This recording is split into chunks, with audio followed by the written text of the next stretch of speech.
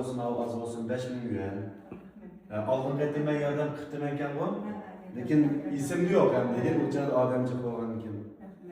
Hem de az olsun, yanıma şu tevellikler okuş yapsanız ya kıyımcılığımın bağlı bilip. Yani az olsun 5.000 koyup geldim, o az olsun. Lekin hem de benim senden kütürdüğünüm. Apanın kıyımcılığını, capasını sen bilip atsa, görüp atsa şuna mı? Hazır tulga turdu etipse çok mu yaxşı okey? Ulan da damla bağlı mektepleri özsem, biz bağımız başa kargancılar var, yani partiya hükümet var, eşkasımızı qarab durmaymiz. Senin takdirini özgertirdiğin kelgisi birden bir çıkış yolunu yaxşı okuş. Yaxşı okumsan turmuşun özgermeydi, takdirin özgermeydi. Keyinki evlatlarımın şundaq japada ötüdü, anladın mı?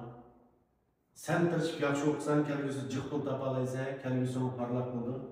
Apanın japadını tutuldıralaysa kim baldıran mı? Yaxşı gün gördü. Şu an bundan keyin davamlı tırışıp yaxşı okuyor, apanın aldın, yaxşı haber al. Sizin ümitsizlenmeyi, partiya hükümetini şundaq yaxşı boyluqlup karar etipti. Partiya hükümetine rahmet eytimiz. Onda olsa davamlı tırışınlar. Tınanlar salamet işlerler, uftuluk ömürler uzun olsun.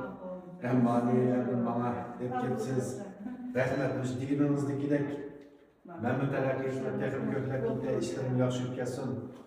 Hem onlara rahmet. Mabıl sağlık rahmet. Yaxşı oldu, he? Mabıl.